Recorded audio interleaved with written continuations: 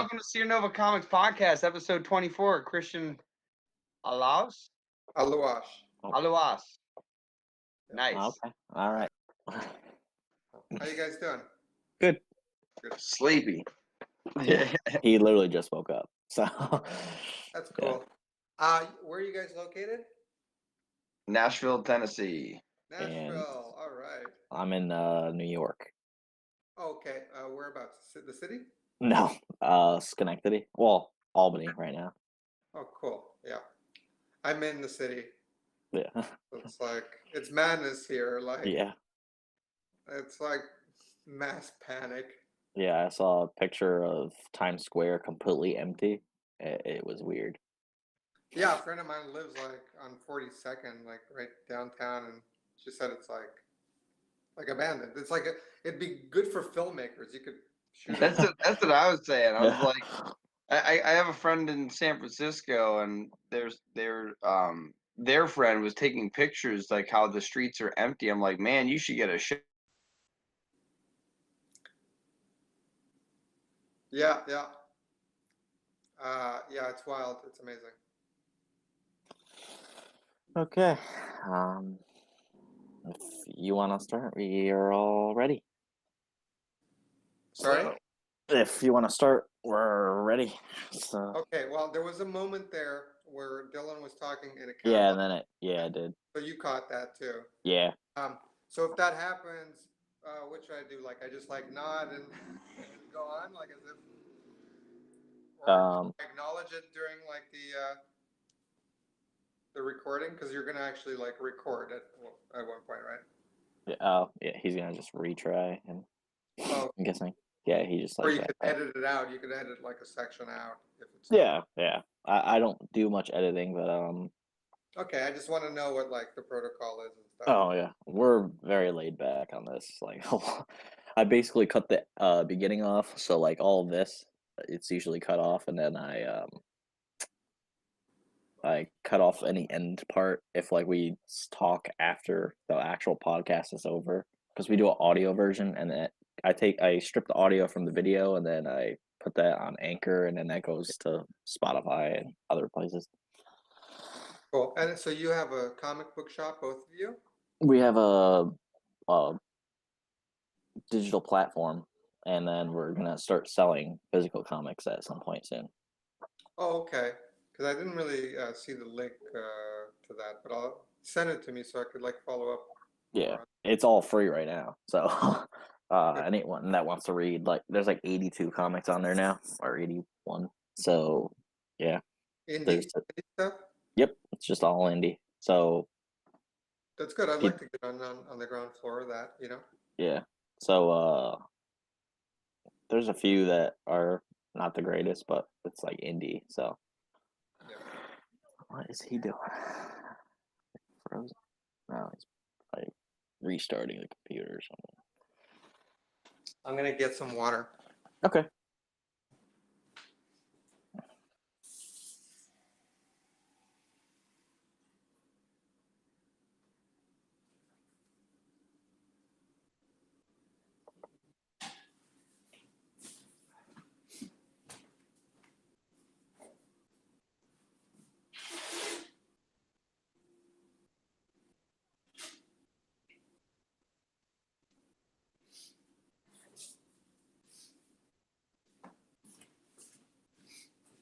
All right. Ready. Yeah, he was ready for showtime. Yeah, I think he's like restarting his computer for some reason. Oh. No, I love this kind of stuff. Yeah. I don't know. I like, for me, it's like little things like this is like being in the entertainment business or something. I just kind of like it. I always get a kick out of it. Yeah, I saw your comic on Instagram. It looks awesome. Thanks. Yeah. I've been planning to do a new one. Oh. And I'm strategizing. Yay, I'm back. Yeah. Good thing this is why we record on my desktop, and I use my laptop for this, because my laptop just died. It was like, oh, that's why I don't like living anymore. Is that why your audio cut out for like a quick My second. audio cut out, but I also couldn't hear you guys. And then I left. I tried to come back in. Then my video was doing this to me. Oh, Yeah. Yeah. I think my my laptop had a mini stroke. So I think it's done. cool. Nice. What I missed? Oh. Just talking about his comic. So you guys got Big Boss comic, a link to that, and then like it's a Yeah, the one, I think some Dropbox link. I forgot what it was. It like the file wasn't there anymore, so I couldn't like view it. I sent an updated one to Greg. What to Yeah. you? Yeah. Maybe I didn't see that one, but yeah. Then there's other links that I just didn't have time to look at, but Okay. yeah. Well, did you click on the one from the email that was like the link to the book? I don't know which one I clicked on. Oh, okay. It's the PDF that you had to drop. Yeah, that one. I did the old one when I sent you the new one, but I don't know. I mean, it was this. Did you get any glimpse of this? Oh, I book? saw a picture of that, but I Okay. didn't like. Yeah. Okay, I'll tell you about it. You know. Yeah, that's what we're gonna go over. Everything. It's a lot of words. Yeah. If Well, you're he reads a lot, sleepy as you can see. now, this would have put you to sleep for sure. Oh, we both read like nonfiction, so. Oh, really? You would really love it. Yeah, he. Yeah, all of that's nonfiction. Yeah. Oh, great. I love Yeah. it too. And I'm Yeah. trying to write one too for us. So. Really? Yeah. What's it about? Starting our business and then where we're going with it. That's So great. yeah, it's all based off of microwave instruction for Chinese food. Oh, yeah? Yeah, the name of it. Yeah. What is the name? 5 on power level 5. Okay. All right. Yeah. It's a working title, I'm sure. I mean, 'cause with mine, I had, maybe I'll save this for, are we on? Yeah. Yeah. Okay, because like with mine, I never usually do like introduction things for this. I did it like once and it was like, I don't know, it felt weird to me. So Yeah, I it's might. terrible. okay, so But, we're yeah. just chilling and talking. But yeah, with mine, I had 2 pages of working titles. Oh, Yeah, so I had tons of working titles and then subtitles, and it was all, and I worked on it like between freelancing for like almost 2.5 years that I was writing it, and then in the end, like this title, somebody suggested it at a a writing meetup, and I liked it, and it was going to be making a living or it's a living, and I thought it's a living kind of sounded like I get no respect, or like that kind of like a catchy sort of comedic line. yeah. I went with that. Oh. And Okay. then a long ass subtitle so that it could, so people could find it in searches. Yeah. That's cool. Yeah, that's the keywords there. Go for those long tail keywords. Yeah, I researched a lot about the web, like this cover design. I researched a lot and actually designed a totally different cover that I liked, like just like something I had in my mind, I saw, and then it didn't make sense, So then I researched that, like to make sure that I design a cover for the genre, because a lot of nonfiction have white covers with big letters, and then I try to make it artistic, and so I'm really proud of it. I mean, like, I don't know, it's my it's an accomplishment, Yeah. and hopefully people find it useful. Okay. Thanks. Where'd you get it printed, by the way? Because I don't know if you were talking about that before. Well, it's currently print on demand, and my favorite production value, I just love the feeling of it, is the Amazon one. It's got like cream interior pages, which are really nice. and then the cover has like, I chose the matte opposed to glossy, and it just like, it's a nice floppy, you know, it's like a nice feeling paperback. This one, which is the hardcover, is through Drive-Through Comics. Have you guys used Drive-Through Comics? No, I heard of it, but no. Yeah, you know, they offer everything, like hardcover like this. You could do hardcover full color interior, you know, which is pretty sweet. And it's evenly, like, decently priced. And then they have hardcover black and white, a paperback, which is good, but I believe it's automatically like glossy cover and white pages inside. And I don't, even this is white, and I would prefer, well, for the color you need white pages, but I don't know, I prefer cream. And the Amazon one, it's like black and white interior on the cream paper, and I think it looks great. I just really love it.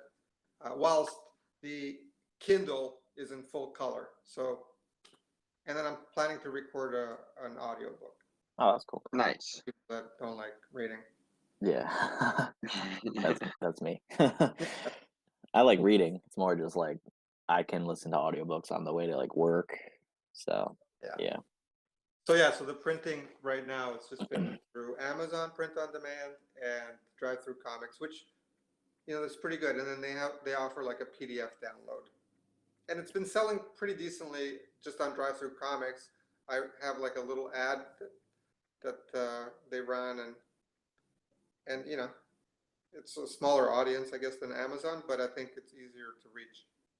Yeah, there's a guy that's on our website, and he keeps saying to me, he's like, I don't want to sell my book on Amazon anymore because like nobody's buying it, and I'm like, oh, okay. Well, you have to build a fan base first, so yeah, that's one of the reasons that we switched all of the comics on our website to free. So we're gonna help everybody build their fan bases up, because another person that's on our platform is like, well, technically everything should be free right now anyway. Not because of the virus, but that was one of the reasons. Because like you have to build up a fan base before you can like actually get money. So yeah. because actually, just this morning, I made like a 5-day free Kindle thing on Amazon. You know how you could go in and do like a promotion. So I just clicked this to be free, starting like tonight at midnight, up until the end of Friday, and then same with like the 2 Big Boss graphic novels, and then I'm gonna just share it on social media, and you know, whoever is bored. Yeah. Did you ever do like Facebook ads for that or anything? I did. The Facebook ads, I didn't spend too much because I don't like spending money before I make it. And it's like a constant battle for me, because I don't like doing, because it's a living. So, so I need to justify the expense. And I ran one that I think right when I launched it for $75, and it went like that. Like it just like the money, like just all the clicks like happened, and I didn't really get a lot of conversion. Most of the sales were like direct, you know, like that I messaged or I shared it in a group. So that was, and initially I didn't check on the demographics, but then more recently I ran an Instagram ad, and that gave me really interesting insights, because they have a thing, insights, you know. And long story short, my demographic is young ladies between the ages of 13 to 17. Yeah, books in general, nonfiction books are primarily, well, books in general bought by women. The only weird like statistical overlap is when it comes to nonfiction books. Men start to buy more books again, but I think women still buy more books overall, even in the nonfiction section. Just like that, it's like it goes like this. Oh, do we lose me again?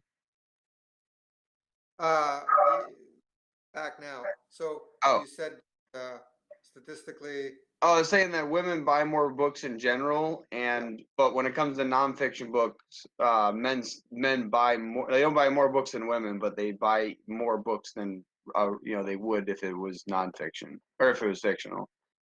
Right, because they read more like self-help stuff. Yeah. Yeah. While women don't like to help themselves. But no, they still do. It's just because like women, well, I just meant like any nonfiction books, but yeah, women in general are the ones that spend most of the money when something's bought online. Like if you want to, like even because I was doing marketing for a fitness center in upstate New York, and I did research through another marketing company that like focuses on only fitness companies. And they were like, if you don't even want to waste your money trying to target men, just target women, because most of the time they're the ones that are going to buy. And even if a guy comes, it's probably like the boyfriend or husband, and they're dragging them with them. Yeah. Yeah, it's pretty interesting. Oh, interesting. Well, I mean, this demographic that I discovered, I think it was maybe the thumbnail of the drawing of the girl on the book, that might have attracted them.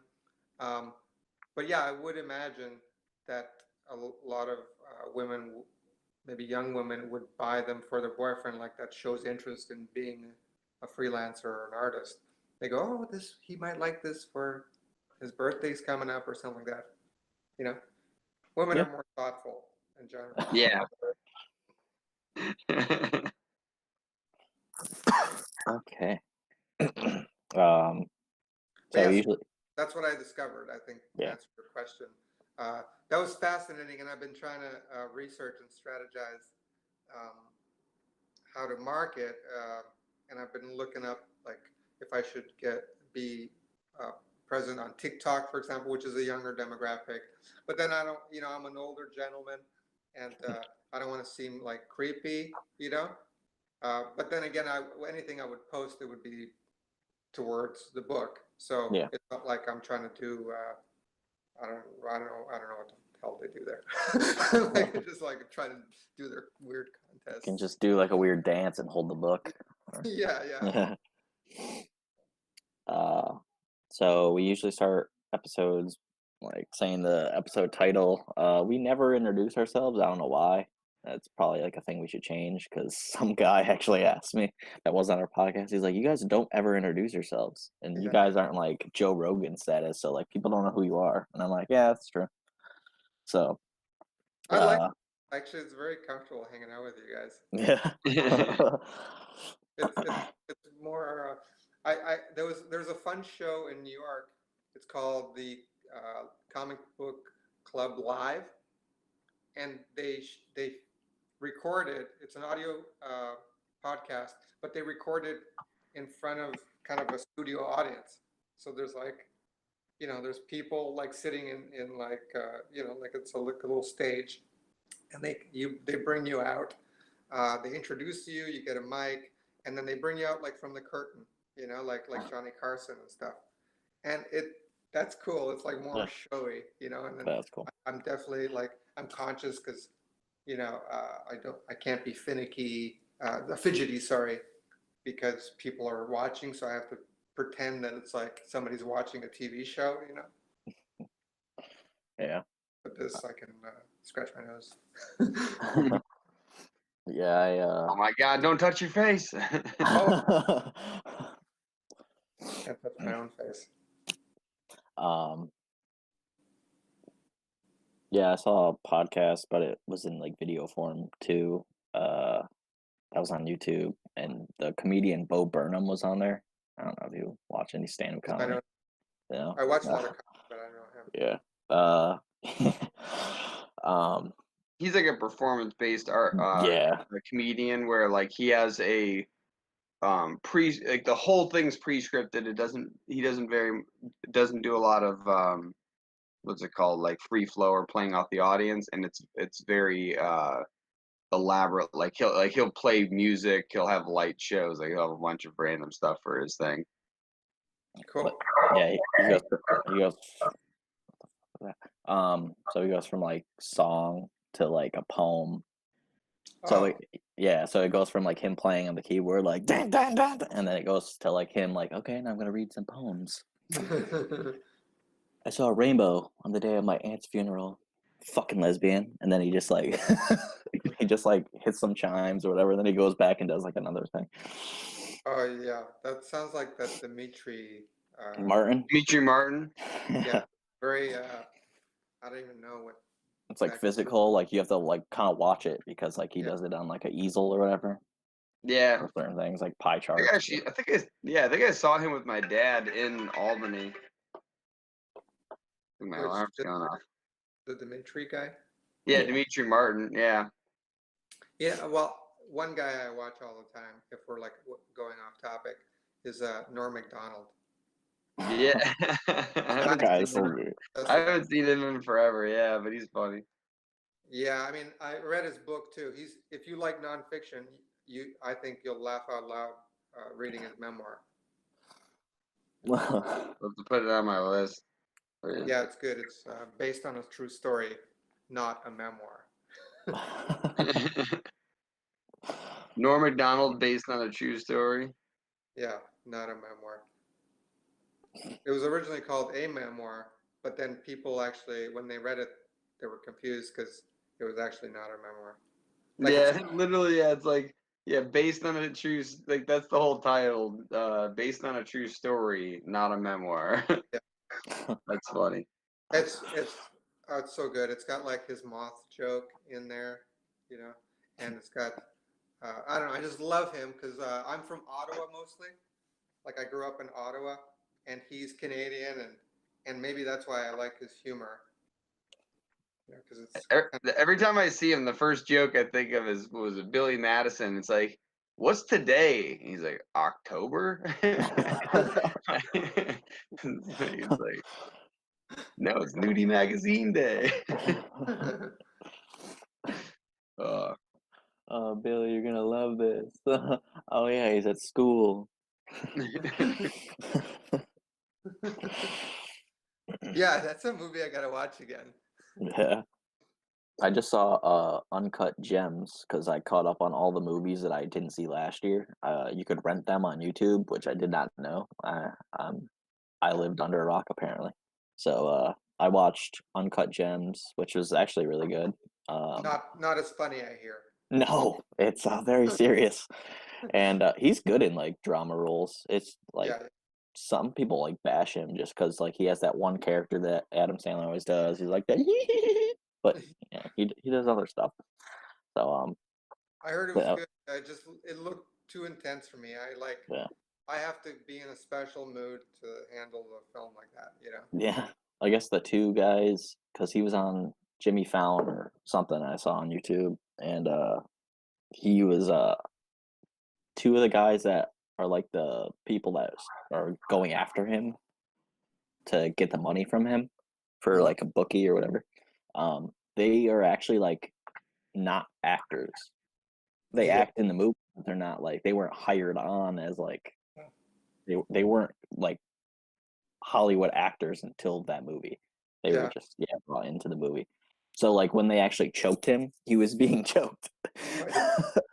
Yeah, he said that. He's like, yeah, they actually were like choking me out in the car. Right.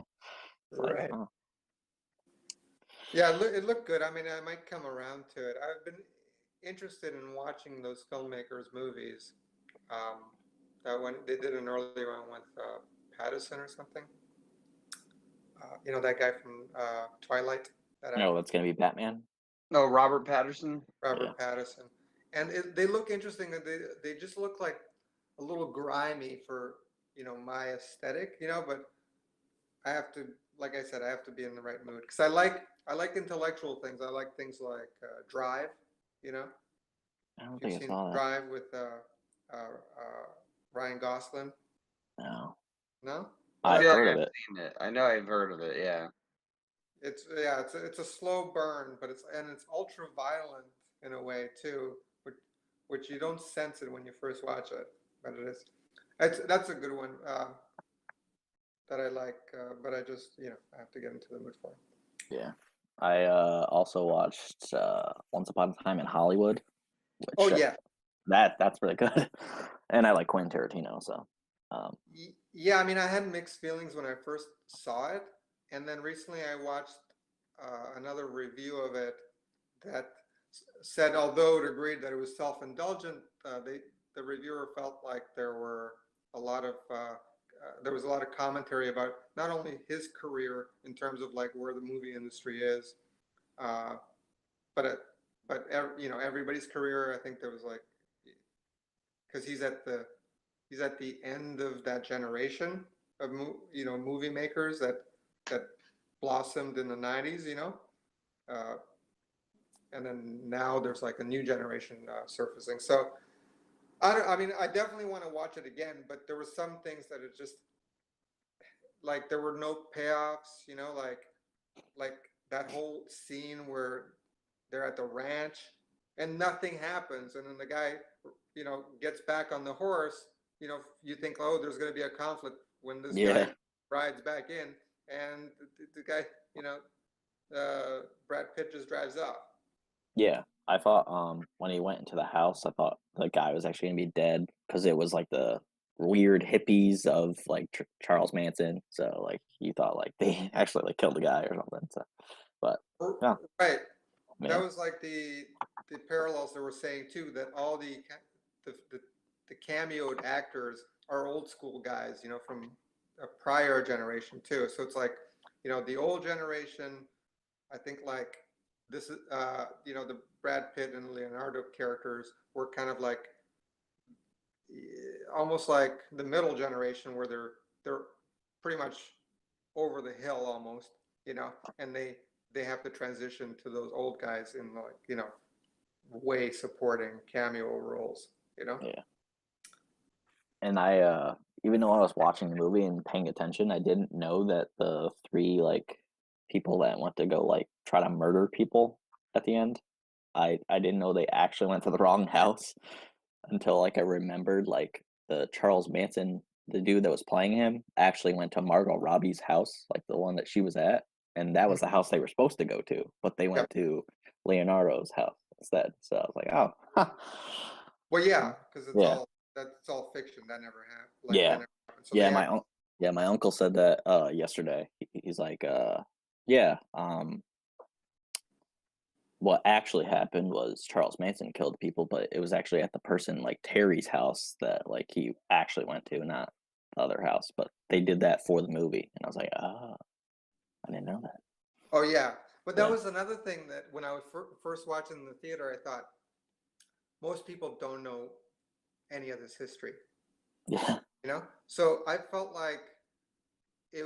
I think the filmmaker was assuming that moviegoers knew that history. I know a little bit about it, but I don't know the details of those murders. yeah. I didn't. So most people, one, even if they know about Charles Manson and Sharon Tate, they don't know enough. You know, and then some people never even heard of Manson. You know, like a millennial Oh, has. yeah, So everything is new to them, and they just don't get anything. They have to reach for things to like in that movie. You know. yeah, yeah. So, what got you into filmmaking? Because I know that, yeah.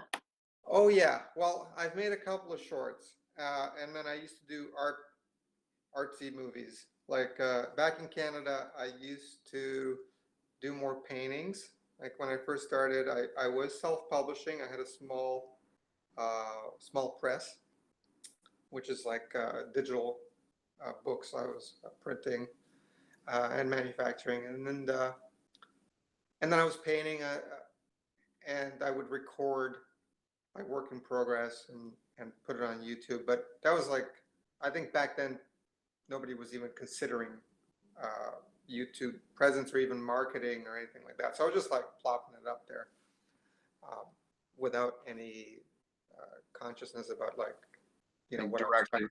Yeah.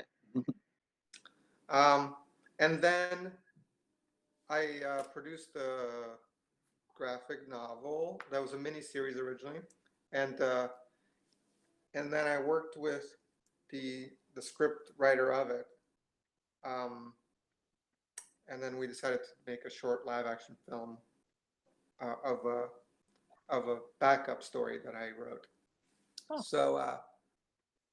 So we did that, and then we shot that in Las Vegas a few years ago, and it was a fun process. And then when I moved to New York, I directed a short live action film as part of a 48-hour film festival, and that was a really fun experience. And then I wrote 2 feature screenplays during that time, and I'm kind of moving in that direction of maybe doing a feature or another short film. And I'm just this year I'm kind of putting things in motion. I also have plans to do a comic, and I'm not sure if the best strategy is to publish the comic and then if it's related to one of the scripts that I wrote, then to try to simultaneously pitch the other while I'm doing that. So I don't know. I mean, in any case, I think I generally want to do a new project this year, want to start a new project and focus on building an audience. Yeah, that's good. Well, now's a good time because everyone's on their computer. Yeah. I know. Yeah, I know. It's a good time. So Yeah. We'll see. Here, like I write about it in It's a Living. I write about a lot actually about like balancing your life. So I write like my daily schedule, like hour when I wake up, when I go to sleep, the amount of hours I work with lunch in between, and then I always 2 to 3 days during the weekdays I try to go out to some networking event or some just purely social event, and then the weekends I venture, whether it's like just a walk in the park or I do like brunch or some things. It's like difficult sometimes as a freelancer because you have to spend money, and it's like you don't make as much. I mean, I would probably fall under the 95. I would fall under the 95,000 mark, because I don't make that much. But I've chosen this, and it's about like that's why it's called making a live. It's called It's a Living, because it's a living. That's all it really is right now, And then there's like every artist dreams of like, hitting some jackpot, or like finding some ultimate benefactor that just funds your whole career. But the dream client. That's an illusion. That's an illusion. And I've given up on that like many years ago. So I'm just focused on like sustaining my life. So I write about exercise. So you have like a healthy body and mind. I read like you. I read nonfiction, fiction. A lot of things that are not in my genre or what you would imagine would be my interest group, and so it's all about like a general balance and a healthy lifestyle for an individual that chooses to work as a freelancer primarily online, and then to just make a living doing something that you authentically believe that you're destined to do, that you cannot help but be a creative person, which is my case. I'm kind of burdened with it in a way. And there's a running theme. By the time like people get to the last chapter, which is called Paulo's Prisoner, you'll see a running theme that's mentioned throughout. So it's like there's more to it than just like instructional lifestyle preaching. There's something poetic, I think, about what I try to express in It's a Living. Nice. Yeah. The book that I'm trying to write, but like I still have to piece it together. So I'm just slowly piecing it together. It's about like social media, how to use social media, because a lot of indie comic creators definitely don't do that. They don't know how to market themselves. They're very bad at it. And then even like crowdfunding, I talk about crowdfunding. I stopped right there. Like I haven't wrote anything for that for a while, just because like I'm trying to think of like what I'm gonna say. It's not writer's block, but because I'm gonna go over like Kickstarter, Indiegogo, GoFundMe, but I don't have experience really with GoFundMe, so I can't really like say much about that. And a lot of people just launch a crowdfunding campaign, but they don't do like the work before the actual launch. So like one guy actually came to me, he's on our platform, he has this like manga, and he's like, yeah, I'm about to launch my Kickstarter. I'm like, what? Like, what's it about? He's like, oh, it's about it's like another Power Rangers type thing, but it's his version. I was like, oh, okay. So can I see it? Then I saw his like preview link, and there's nothing there. There's no pictures. It doesn't show anything. Like I had to fix his rewards, like the tiers for his rewards, and so I'm going through that and helping him. And I'm like, you're my guinea pig for like everybody, because like we didn't do like super amazing on ours. We didn't get millions of dollars, but we were successful. And so I'm trying to help him, and then there's other people that just do like little stupid things, like even on Instagram, you post a link in a comment or a post, and it just like bugs me because I know it won't work. Yeah. So when I see that from like people that I feel like they should know that, they don't. So it's just I know I fell victim to it myself. Like even recently, I go to a running group here in New York, and they moved to Discord, which is an app. I don't know if you've ever used it. Yeah, it's used for like gamers, like PC gamers use it a lot. Yeah.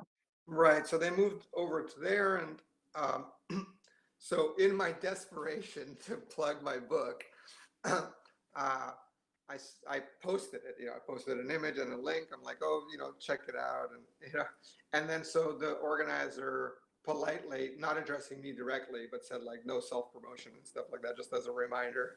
And I I got caught, but it just made sense of like that's no way to do it. And one of the things I remember him writing was like, no self promotion, because like essentially it doesn't really work, like it doesn't help. And then when I reread what I like typed, I was like, oh, I just look like lame and desperate. Nobody's gonna really want to, because when it looks like self promotion like that, it's like unattractive. Well, nobody likes to be sold. Everyone likes to buy, but nobody likes to be sold. That's true. Yeah. So, and then every time you try to be sneaky, it's like it's always, you're always kind of outed. Well, the worst part too is that even if you get a few people, the bad taste they'll get in their mouth will run poisonous to anyone else adjacent to them, and everyone else will just see the sneakiness and get that distaste.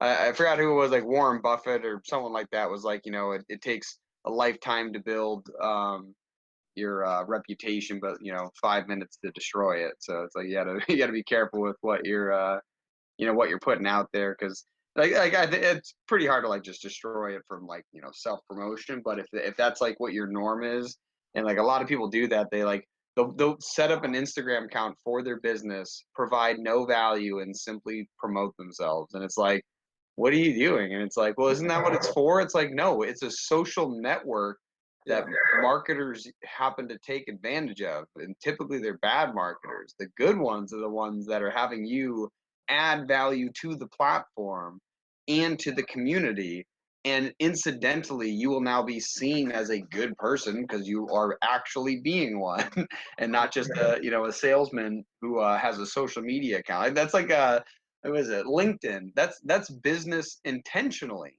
But when I get a recruiter email, like I'm blocked, right? Like it's like, hey, I did a search in LinkedIn and found your thing, and I'm like, you should be good for a job. I'm like, no, Now, if you look at it, I don't do that anymore. Like, that's dumb. You didn't look at my profile at all. You looked up search terms. Yeah. You're only looking for me because you're going to get paid for getting me a job. That's about it. So like that's the thing, is like, even in the platform that's designed for business, if you try to act like a salesman, you will be like thrown away. Yeah, it's tough. I found it really difficult for, especially I'm a creator that only creates original content. So when I go to conventions, for example, I'm selling my books. So it's like I have like, Big Boss, 2 graphic novels. I have like the nonfiction. Mostly these are main. I have a couple of titles that I've illustrated for other creators, independent creators, and then technically I have a contract where I get 20% of net. So sometimes I'll stock up on those copies and just sell them myself. So if I buy them, then I sell them. So, but the challenge with that is I have, like, it's an uphill battle, and I have to like pitch everybody, So you have to draw them in, and then based on nothing they recognize, so they don't see like Harley Quinn, they don't see like Batman, they don't see, these, like, actually I'm against, I'll say it, I'm against indie artists that illegally sell prints of mainstream characters that they're not allowed to do. And I think it takes away from somebody that has spent years, like, developing characters original, and then I have to like wave people down, hey, come on and let me talk to you, and then bring them in, and then if I sell one $20 graphic novel, which I only clear like maybe because it's print on demand, I'll clear, if I'm lucky, $10. If it's usually like 5 to 6, because you count like the table cost and all that. I got to pitch them, for 5-10 minutes. Sometimes I got to talk to them after, finesse them, get, hey, look, you want to support me. Sometimes it's like half pity, half, like they want to give me a chance. Seriously, it's like that. They have to like, hey, do I like this guy? I want to give it a chance, when they could just go for the easy answer of just easy choice of just choosing something they recognize and to be disappointed, but they choose to be disappointed by me. Yeah. So I'm the disappointment. So it's tough, like, marketing, especially with original content, and then even people that, like, I have friends that do those prints, and I'm friends with them on like social media, and then they just post like, look, I'll do prints of these, or they do like those blank covers, Yeah, the white covers that an Yeah. artist can draw on them. Yeah. Yeah, and they have price points for those things. I'm really against this. I think it's a cheat, and it like, what's the word? It's like brings down the quality of other independent creators. Like, I think everybody should just be on an even playing field. I know the world is not meant to be like that, but I don't know. I'm against it. That's all. That's my point. Yeah. No, it makes sense. It's just the fact that it basically, like, you already have these tyrants like DC and Marvel where they just take up a huge section of the audience's attention, and then you try to take up a spot, and then someone else is like, I'm just gonna copy them, and it's like, that you shouldn't do that. Like, you should make up something new. And it's like, yeah, but if I copy them, people will buy it. And it's like, I'm pretty sure you're not supposed to do that. And then it's like, yeah, but no one cares, so it doesn't matter. Right. And that it's kind of a disturbing attitude to have. It's like it seems like they don't respect themselves also. And then why the hell are they doing it? Like, what's the satisfaction? Some of them, I think most of them, they do have like part-time jobs. So, but for me, it's especially like frustrating, because I make a living at it. Yeah. And you know, like it's just like, I mean, I don't resent it really, because like I feel like I'm strong enough to like keep going, and I have a moral high ground. But I don't know, I guess it's just open for discussion. Yeah. Yeah, there's a guy, entrepreneur that we follow, Gary Vaynerchuk. I don't know if you ever heard of him. The name sounds Gary is V. he the really chatty news guy? He's like not a news guy, but like he was like a journalist or something. No, he's like a serial entrepreneur who actually I got a post a card.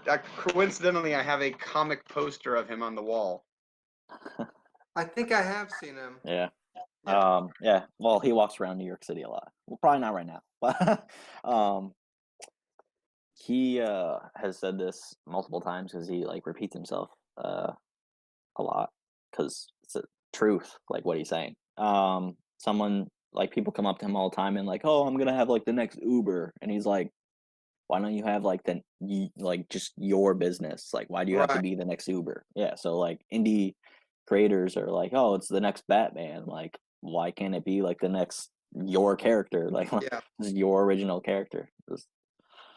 So yeah, that's actually even something that as Greg's been building his comic book world too, like I'll go through and like look through it, and then he'll even like while he's describing, he goes, "That's too much like another character. I'm gonna change it. I'm gonna change it because that's like I got too much." Because like there's a little book called Steal Like an Artist, and the concept is that there is nothing original. Everything has already been done. It's the way that you present it and your take on the concept of it. And so there's this little I think I said it to my brother, because there's this little segment in it that basically talks about the fact that it's like if you steal from one artist, like people will see that through you look like a phony. But the point is, if you steal from many, they'll see you as original. And that's the point, is you should absorb all of those Marvel, DC things and learn from them, learn what made them great, learn what you enjoy about them, and only capture that part of it, because that's the part that's uniquely you. And then the other part was that if you're worried about the fact like, oh, maybe someone else has done it this way, it doesn't matter, because the reason why people still have to buy books is because no matter how many times you tell them something, they still need to be told again in the right way, right? So like to learn a lesson, some people can watch Batman and some people need a documentary, right? Like it all depends on the medium in which people absorb it. Yeah. So my graphic novel trilogy, the Seer Chronicles, it originally the story was all three of those Christopher Nolan Batman movies meshed together and made like an original story. But I had like things that were obvious, like police got like trapped under like the street, like underground. And I was like, wow, that's completely like that one. Yeah, I had like that. There was a bomb going off. Then there was I have a character that's like the Joker, but we moved a little away from that. He frowns instead. And that's actually funny that you said that too, because that's what a lot of other people will do too, is that they don't like, instead of trying to be unique, what they'll do is find something like that, and they'll be like, oh no, mine's the he's the non-Joker, and it's like no, you don't just do the opposite, or like it's like, no, my Joker wears a red suit, right? Like you don't change one thing. Like your character should be a unique combination of all the things that you think that character should be. And that's like, so now the character that he once had that was like Joker-esque is now like way different. Like there's pieces, like knowing in advance that part of his personality came from the Joker, you'll see it in him, but you won't think the Joker. And that's the point. Is like that. I think it's like workshopping your character enough and really like building him out. Is what makes an original character. Yep. Yeah, I think a lot of the editing we've been doing has been clarifying that too, because basically Greg's good at coming up with plots, but I'm very critical on all the details. So he's got like the mass overview of what's going to happen. And I'm like, yeah, but like, why is this person here and what's going on over there and what's happening in the background that's affecting the thing that you're going to later have be important, right? And so like we go super in, like the stuff that we discuss is so much more in depth than what you'll see in the comics. But because of it, like there's things that happen that like you can feel that must be what's going on, just because like why would they do it this way? Why would the character think this way and act this way? It must be because of something else, right? And so we think that deeply into it now, which like helps make the comic like much more real, you know, regardless of how fake it is. Yeah. That's what's challenging about writing and creating, developing all that stuff. I saw a YouTube channel recently that went in like discussing Watchmen, which was a lot of things about Watchmen. But one of the interesting pieces of info that I got from it was the first issue, and because I don't think it was all of them that were like this heavy-handed in script length, but the first issue, although it was 30 pages, Alan Moore's script was 130 pages. So, damn. Yeah. So I mean, that's what makes it so good. And then from there, David Gibbons thumbnailed everything, and then they would go through it. And I mean, everything is so tight. It's not just the writing that is so tight, but the art is extremely tight. So I mean, that's what goes into it. And I wonder, like, how the hell, I mean, obviously he didn't have time to shave. So like, I guess he had to like list the things that he needed to do in the day. He's like, shaving, not that important. Let's let this fucking thing grow out. So yeah, you got to make time for your art. It's like such a big sacrifice. Even with, I've been researching online comics like webtoons. Have you seen what? And these, it just, I'm trying to budget my time. I think I have to do a chart to figure out how feasible it is to put out the number of pages that fans would, feel satisfied with on a weekly basis, or at the least bi-weekly, because I'm extremely lazy. I'm extremely productive, but I don't know how I'm able to do even as much as I did because I'm extremely lazy. One of my favorite authors, Tim Ferriss, he talks about the fact that based on his books and based on what he accomplishes in life, people assume that he's hyper productive, but he knows that he's super, super lazy. And so it's not that he's productive, it's that he's efficient. Like with the time that he does work, he's hyper efficient. And that's the important part. Yeah, I struggle with that too, because I write that I'm extremely efficient here, and I'm my best. I am tight with that schedule, what did I say? Like wake up at 7, I'm starting work by 9, and I exercise and have breakfast and all that stuff between. And then, so I am efficient at my best, but then some days I'll have things on my list to do, and I just I'll do something else, that's like in the back burner. So it's like, it could be some personal project, but then that morning I'll wake up and just spontaneously, I just want to do some other project other than like sometimes client work, Well, that happens all the time. It's like, oh no, those dishes need to be done. Yeah, very often it's like, it doesn't matter what it is, whether it's your creative work, like in other forms, or just something else. But yeah, there's a great little book. I had my brother read it called, do you know who Stephen Pressfield is? No, but that sounds familiar. Do you know the Legend of Bagger Vance? Yeah, I've heard of that. So that the book that is based off of is written by the author Stephen Pressfield, and so he's a fictional writer, but he wrote a few nonfiction books for artists primarily, and one of them is called The War of Art. And I would the box and win your inner creative battles. That's cool.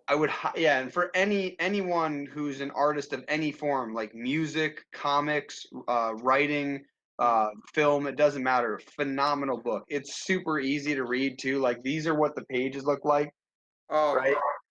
But the whole concept is that the basic concept is that there's this resistance that's going to get you to stop working, and it could be anything, right? And realize that it's going to happen. Like it happens to me where I'm like, oh my God, I really need to get something done today. Why is my room so dirty? I need to clean it. Even though like the thing I need to get done is on my computer, right? It's my brain's trying to do anything it can so that it doesn't do the thing I need to do, because when I'm done with that, my life might be different. And your brain doesn't like different. Yeah, that's part of it too. I kind of trust myself that everything gets done and then everything is going to be resolved. So sometimes I do get up like that, and I just I want to do my laundry instead, or I'd start cleaning everything or organizing my bookshelf.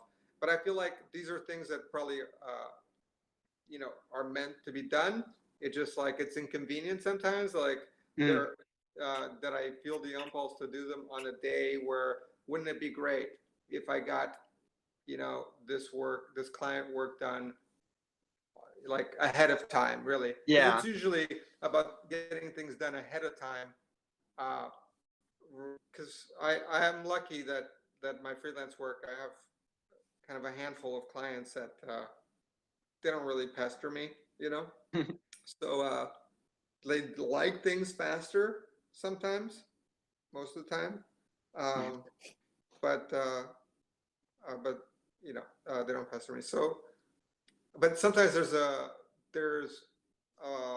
a flaw, but like it's sometimes bad if you do get things done fast, because then they go, oh, we got more.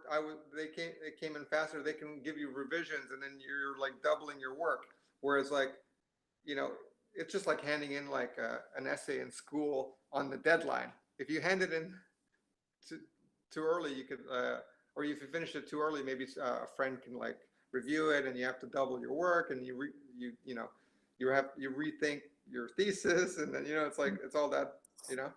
Yeah. Leave it till the last minute. Yeah, I used to do Fiverr like a year ago or something, and it just became too much because I have to do this business, and then I have to do my job, and it just became too much because I have to do this business, and then I have to do my job, which now my job's super simple, so I just have to sit there, so I can do like our business stuff there. But I had to do Fiverr and our business, and then like just live life when I can. And what is this life you speak? I'm actually curious to hear about Fiverr, because I was late to Fiverr. I've used more people about like Guru and Upwork and Freelancer, and then I posted a couple of things on Fiverr, but I never got any bites. So yeah, if you want to get Fiverr, you definitely got to go. You kind of have to like go real low first. Yeah, like, so I went low. So he Dylan helped me price it out. So like my first one that I did, I think it was like $5 because it's in $5 increments. Yeah. So for what was it? the blog. The first one was a blog. So it was not even like coming. I'm sorry, but like that's I'm just adding up the hours. But like what I did, all I had to do was edit her SEO. That's it. And what's hilarious is we have that on our website. So all I had to do was copy and paste her blog onto our blog thing. And then like with the plugin for that SEO thing that we have on our website, I just had to like fix the SEO that it says, oh, you can't have like it was funny too, because when he got this gig, I think what happened was so basically, so I'm also lazy. So what I did was go, you know what? I did a lot of work building the site. I don't want to do more work. So anything that Greg would go, hey, I need this done, I'd be like, I'm going to show you how to do that so that you can do it, because I don't want to do it, and I got other stuff I got to do. So basically, I downloaded a plugin called Yoast SEO because we have a WordPress site, so I could just download that for free, and it essentially walks you through how to make your website or your blog more SEO friendly. And so for like months, I was having him do that with our own blogs. And so when we got him on Fiverr, we put him under that, like he could do SEO for blogs, because it actually teaches you. It's very valuable because it's not just like click a button and it makes it SEO friendly, because that's impossible. If that was the case, then everyone's site would just be magically, ranked where it should be according to, the Google gods, right? So the point of this though is it walks you through going like, hey, maybe you started 3 paragraphs in a row with the same 3 words. Maybe don't do that. You're trying to target this keyword, but you only mention it in one subheading, but no other, headings, things like that. And yeah, it's very. I read a lot about SEOs, and I've applied some things, but the plugin sounds useful. Oh, it's if you have a WordPress website, 100%. I'm thinking of switching, but what is it called? Yoast? Yoast, Yoast space SEO. Okay. In fact, if you just look up Yoast, you'll find it, because it's like one of the #1 plugins for the site. Cool. Yeah, so I did that on Fiverr, and then this guy from North Carolina, which became like a guy that we're gonna use later on because he does like sound engineering and stuff, and we want to get into like animation, and well, I want to get into animation and stuff. I don't know if he really wants to. And animation. Yeah. That's actually my training. Well, that's awesome. Yeah. I mean, I could help you with packages. I do storyboarding now. 2 of my clients that I have now. Now I have 2 comic clients and 2 animation clients. So I do short animations, one for a comedian in the West Coast, and then one for like the Woody Show. It's like a very popular online radio show. And then I do like some of their animations because they have little 1-minute segments, and then I animate them.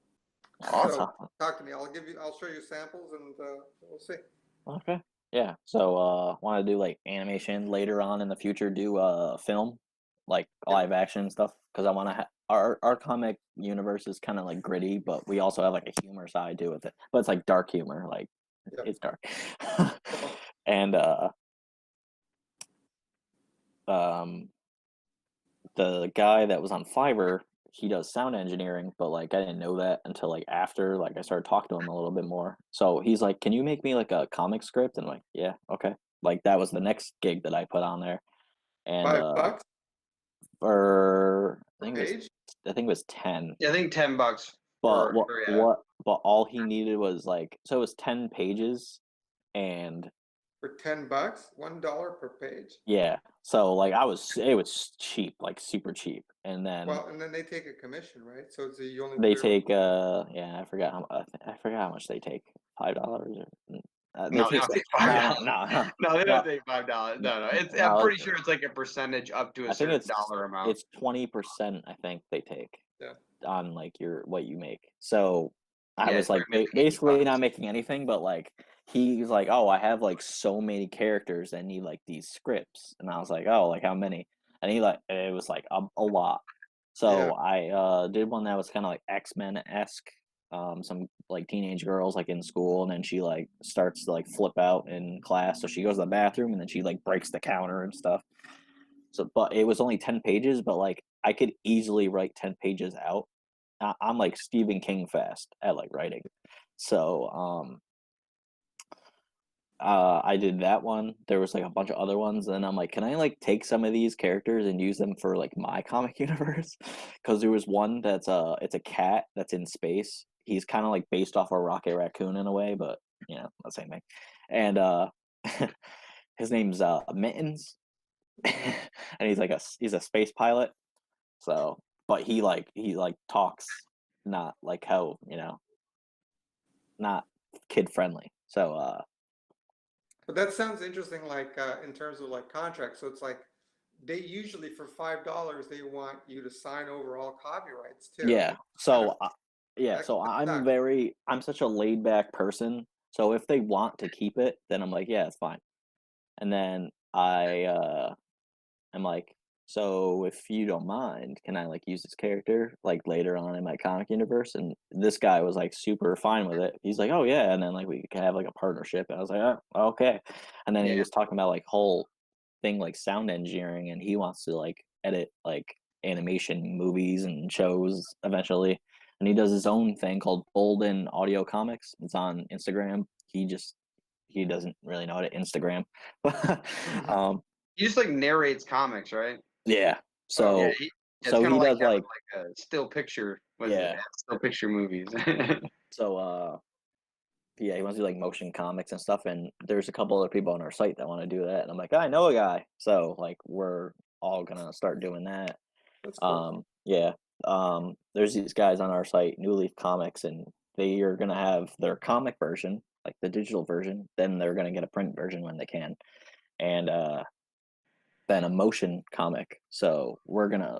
It's like every panel would be like animated, almost like a GIF. Yeah.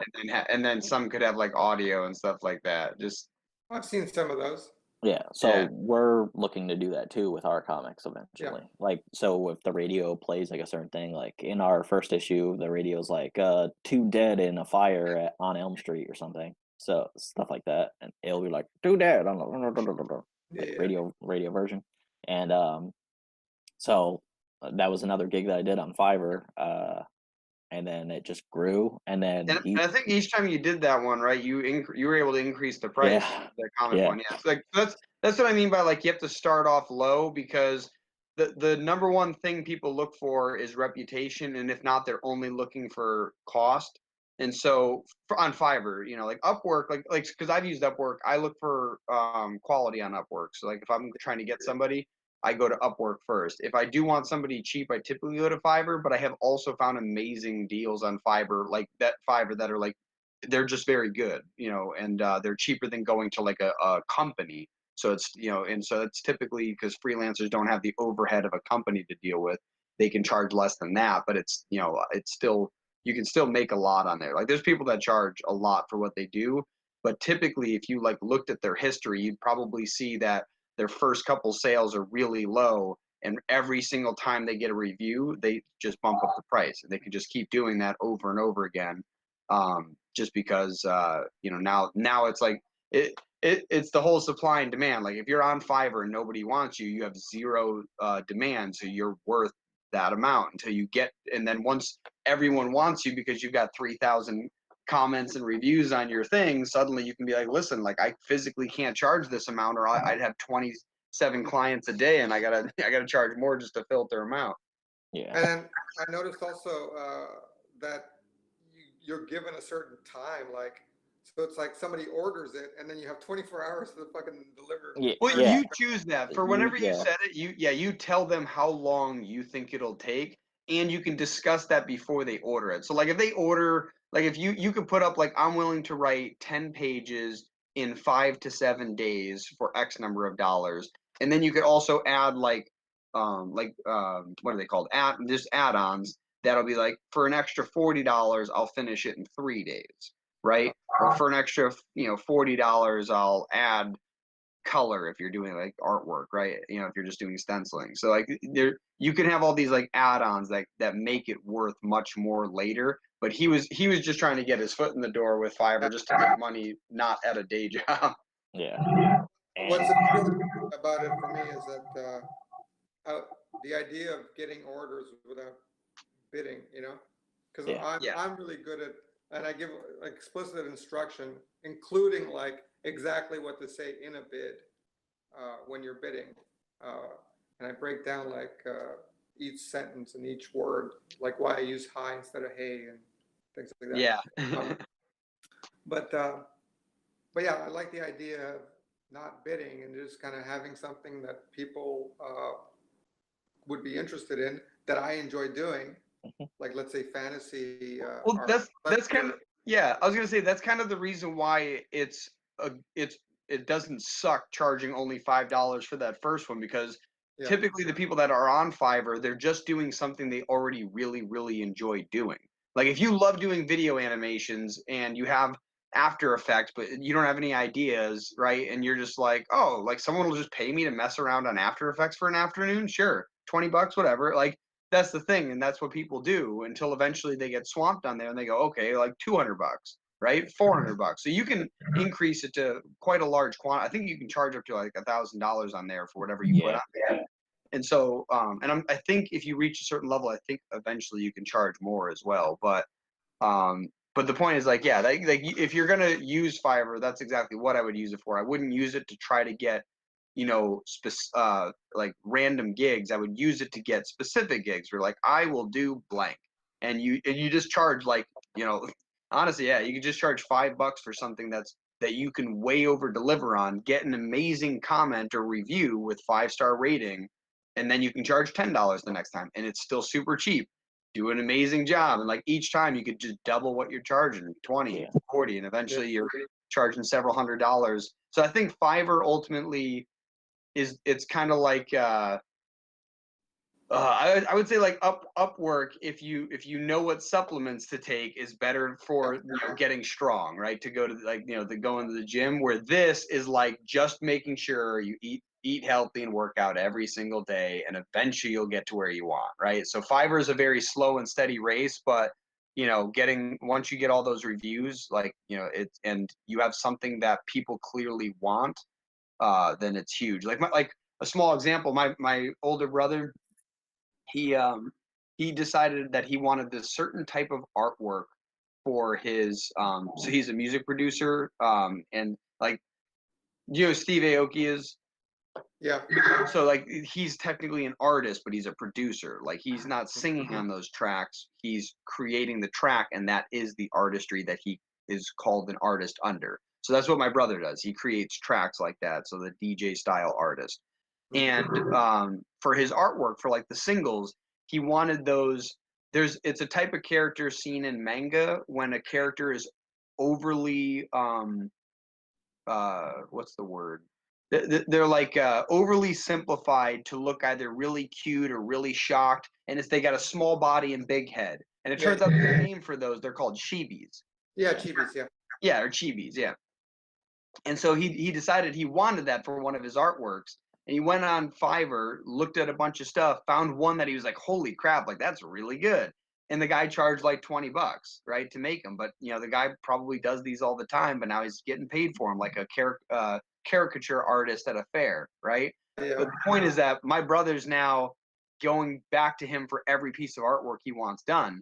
And eventually, like say my brother becomes a huge artist, all of a sudden that guy could be charging $1,000 a painting, right? So like that's the thing, is that it depends on how you handle it. And you just have to find that small niche. And like Gary Vaynerchuk, the one we were talking about earlier, he's like, find the thing you love, and eventually people will come to it. Because like people who were talking about Pokemon well after all the Pokemon games were like declining, all of a sudden Pokemon Go comes out, and if you had a blog talking about Pokemon, that thing probably exploded, right? Just because you were there the whole time. And so you could suddenly make a living off of what you've always loved doing by building this super solid base over time. And like that's kind of what you have to do with Fiverr. Yeah, and add on that. And now that when you do cheap projects at the beginning, and then you raise your price, by the time you have reviews, people just assume that the new people have bought at the current price. Yeah. Well, that's the thing. Yeah, the reviews don't tell you what you were charging when when they wrote the review, because So that like I sometimes when I have work, I don't try that hard, so I overprice myself. That's actually what I do. So it's like when I'm not like desperate for work, but then when I'm desperate, it's like I go bottom of the barrel, because I'm like survival. Well, because honestly, that's the thing. And like I was actually gonna say that whole I guess like starving artist mentality, like it works in the freelancer field though too, where like it feels like there's kind of like this wall you'll hit eventually because you're just working for yourself. But honestly, the whole way to break that wall is simply to figure out how to capture it is that you like, what it is that makes your artistry, whatever form that is, even if like marketing can be an art, right? Whatever your freelancer work is, figure out how to capture that, make it digital and permanent. And so there's a book by Russell Brunson called Expert Secrets. Okay, expert. Yeah, and the entire point of this book is that almost anyone's an expert in something, right? Even if it's something ridiculous like Smurfs. Like that's what Gary Vaynerchuk talks about jokingly. And he one second, we're gonna have water real quick. I haven't talked this long in a while. Ugh. Hey, by the way, that guy's book, does it have pictures like my book? This guy just has doodles. But it's black and white. There's no color. Okay. There's no color in it. It's dreary. But what he talks about though is just the fact that you want to be able to take what it is that you know and figure out how to sell that in the form of, say, knowledge, right? Like this book came out quite a few years ago, but it's still within like the last decade, but it was quite a few years ago for what's now happening. Because right now, one of the fastest growing markets and with the most potential growth is the educational market, the online self-education market. Mm-hmm. And so that's one of the things that, you know, is evergreen, because there's more people being born every day, and every one of them is eventually going to want to learn something. So if you have something that even a percentage of the population wants to know, you can charge a premium for that. Especially since, if you think about it, like if I could teach you, you know, business for less than $120,000, which is what it would cost to get a degree, right? Then I can pretty much charge anything under that as long as I give you the same value, right? And that's what like a lot of that comes from. And even if it's not so much that you're selling the knowledge so someone else can do it, there's a famous advertiser known as the father of advertising. His name was David Ogilvy. The advertising agency that he created is still to this day the #1 advertising agency in the world, and across like every country. And it's interesting because he used to take out ads teaching people about ads. So like, hey, did you know that like 20% of the audience only reads the headline, right? Like that's something that's a copywriter's secret, right? But the point is that he knew a secret as well. He knew that Ford makes cars, they don't make ads, right? Folgers makes coffee, they don't make ads. And so one thing that people get really fearful of is that if they tell someone how to do their job, they'll put themselves out of a job. But what they don't realize is what you'll do by telling them your job is you will automatically become the authority. They're like, oh, crap, he knows what he's talking about. I don't want to have to do that. That sounds hard. I have other business stuff I want to take care of. I now know I can trust him because he knows what he's doing. And so that's kind of like the other thing that this book teaches, is just the fact that by just encapsulating everything that makes you you know, great at what you do, that's the part that actually makes you valuable. Like the knowledge itself, whether or not you sell it to someone so they can learn how to do it, or you simply understand how to broadcast that knowledge so people are aware of how much you have. Because then eventually someone's like, holy crap, you've written 37 books, and you know, even with this small budget you were able to sell of this many of them. Like if I gave you a bigger budget, what could you do, right? Like that's, you know, that's kind of something that people don't realize is available, just because it's one of those things they don't think about, which is, you know, the reason why his book is you know exists, like to teach people that. Yeah, we're actually looking into making courses for artists and writers and whatever, for comic creation, just writing in general, all of that for our website. So, oh, great. I've done some online courses, so if you need content, let me know.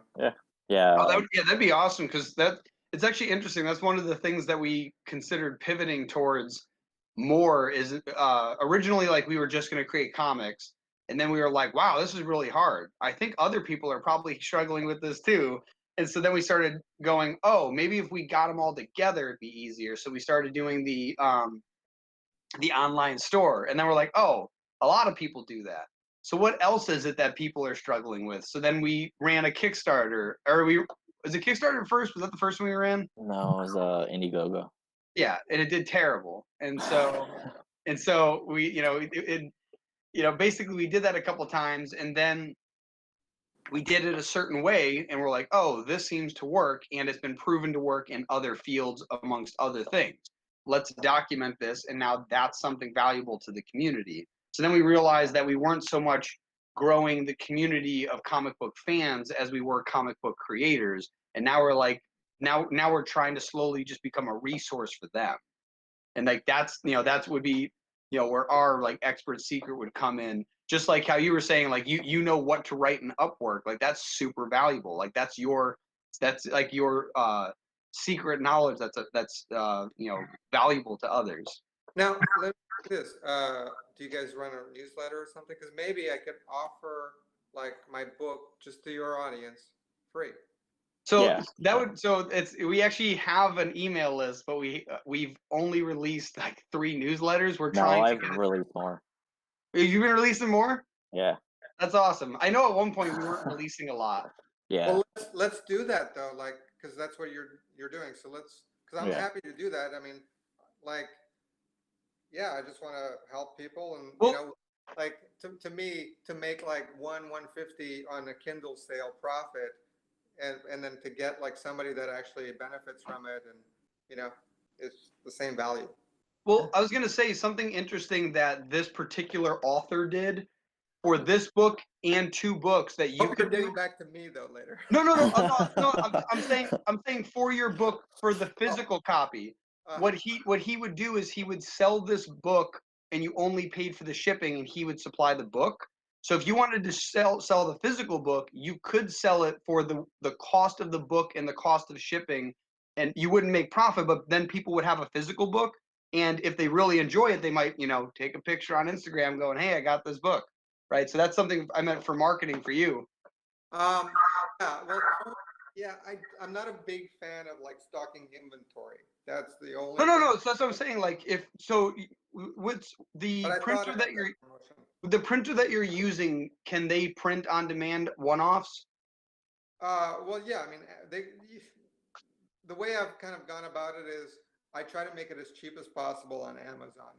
And that's the equivalent I could do. Because right now, I think the paperback is $11.99 on Amazon, which only really makes like, I think the cost of printing, because it's black and white, it's like around $6 or something like that. So I'm not making I'm making a couple of bucks, Yeah, that's what I'm getting at, is that you could potentially, if you wanted to, for our audience, for our email list, you could offer it for the price of the print and ship right from Amazon, as opposed to the price that makes a profit.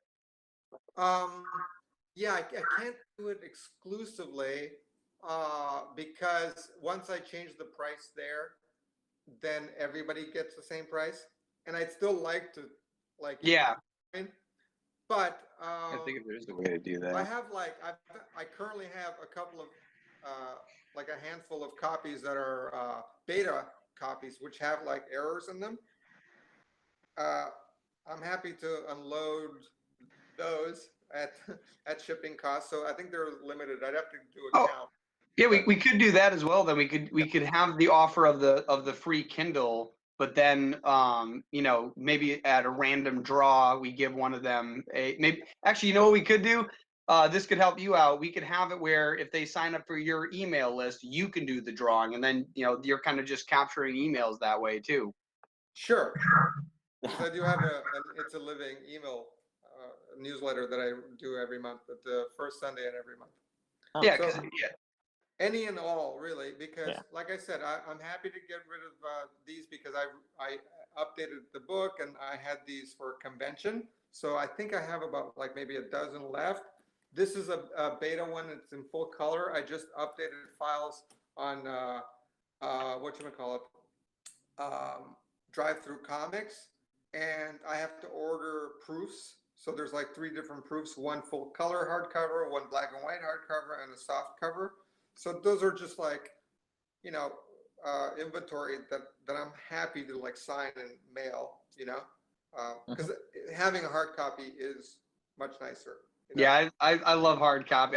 Because I know tons of people that read Kindle, but me personally, like the only Kindle book I've ever gone through happens to have workouts in it. So like I use it only to pull up the workout from it. But like I don't read the book in there. Like I need a physical copy.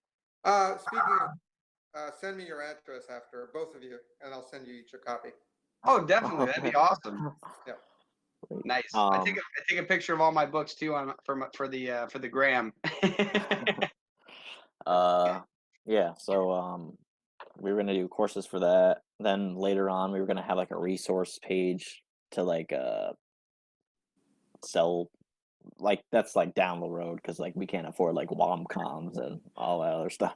Wacom's. Yeah, whatever it's called. Well, no, for the resource page too, though, we could like that stuff we could list. We could put your book on that too. It would be basically the resource page is just the place where, for example, like I have a Wacom, which is what he's talking about, like the drawing pad, and it's something like to go, hey, if you're an artist looking for what you should have, here's a set of resources. Because eventually, like what we can get like Amazon affiliate links and stuff like that, where just to make a couple pennies on each of the sales or whatever. But it definitely would be cool. Those for my book too, right? Can I affiliate links?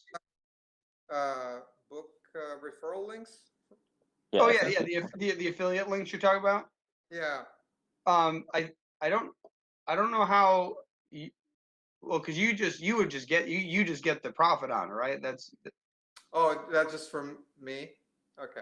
Yeah, the way that we would do it is we would need an Amazon Associates account, I think they're called, and you go through the back end. They give you a special link. It's the link to the product, and there's like a little code at the end, and it's just a referral link because I think Amazon has like a certain percentage of their profit that goes to affiliates.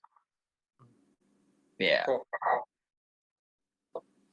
Well, yeah, I'm happy to help with that. I mean, I mentioned I had an art school in Canada, Masterpiece Art School, and it's still active online. I still have the website, and I have online courses. It was very lucrative when I had it. It was a small operation, but I enjoyed it, and it was great kind of giving back. And then I brought it back for private classes when I lived in Las Vegas. But then since I moved to New York, I had like a couple of private students, but it just turned out that I had enough work freelancing, so I didn't really promote, and I didn't really have like a good place, like a good deal to have like a commercial space for classes. So I figured, and I didn't want to have people in my home. I could, because I keep a very clean home studio, but I just didn't like. It's kind of nice to have when you live in New York, I feel like having your own sanctuary is very important. Yeah. Unless you're forced to live in it without human contact. Yeah. There's a guy, part of New Leaf Comics or Studios, whatever they're called now, that's on our website, and he's creating a course type thing for the comic company that he works for that's based in New Zealand, Maui Studios. So he's been working on that. So like he has a Kickstarter out, but like it's not doing great, and they know it's gonna fail because like the other two haven't shared it as much as like they should have, and there was a lot more that they could have done before actually launching it. And so, and I was too busy with 5 other things that I couldn't completely help. But when he relaunches if there's 3 of them, they have no excuse, because it's like really, because actually my Indiegogo, which was for the short film, didn't make, like, we tried to raise 10,000, and then we only raised 2,000. I cleared maybe 1,800 at the most, and then I had to like put in about 2,000 more to finish it. But Indiegogo is good because you could cash out, like whatever the amount is. But And it was Kickstarter is all really, even for like a 10-minute movie that had like a 4-day shoot, it was still really stretching it at 4,000 as a budget, you know? Yeah. Our first Indiegogo was $15,000, and it was we didn't have anything. I think, No, sure. we didn't have a fan base. We didn't. Oh, So this is no. how we learned everything. Uh-huh. So we didn't have a Yeah. comic. I We think, didn't have the I think comic we that made like $100. we Okay, got. that's Yeah, and then so we got like $100 from like his brother, cousin, and then I think my mom. But like there was nothing. Oh, and then the other guy that was part of our business, but then he left for reasons. So then we canceled. We failed on that Indiegogo, and then we did another Indiegogo because we knew Which that both times I said we shouldn't do because Yeah. we weren't ready yet. yeah. and the second one was $10,000. I'm like, oh, I'll just lower it like $5,000, and Yeah. we'll definitely get that. But Everything must go on sale. we were starting to build stuff, but like we were still like way in the beginning, and that failed. We got $292, and that was it. Moving up though. Yeah, and I probably used that money towards I think an artist to make the comic that we have now. Actually, it was probably the original version of our comic, Which so we like don't the even, one, yeah. which we don't have. Which we don't speak Yeah. of. Yeah, and Well, it takes a lot of time. Like Yeah.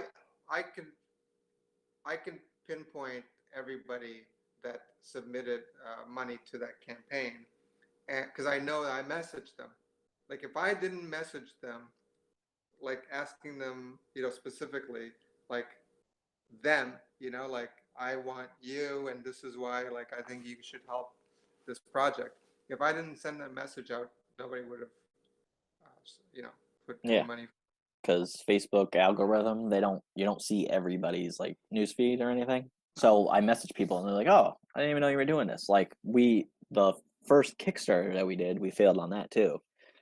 Wow, we did 3 of those things. So the first Kickstarter that we did, it was for the Indie Revolution thing, which is now something else that we are working on, and that was for basically what our video game is. So it was going to be for that.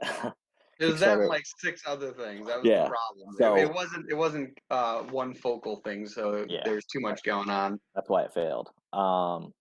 And if it was focused on one specific thing and not Comic-Cons or video game, releasing like a certain amount of comics in a year and all of that, then it would have passed. But so that failed, and then we finally did a second Kickstarter, and that succeeded because we followed the 40-step or 39-step. 39 steps to product launch from the $100 startup. yeah. So then I took that and I made it into a blog for Kickstarter creation, or Indiegogo if you want.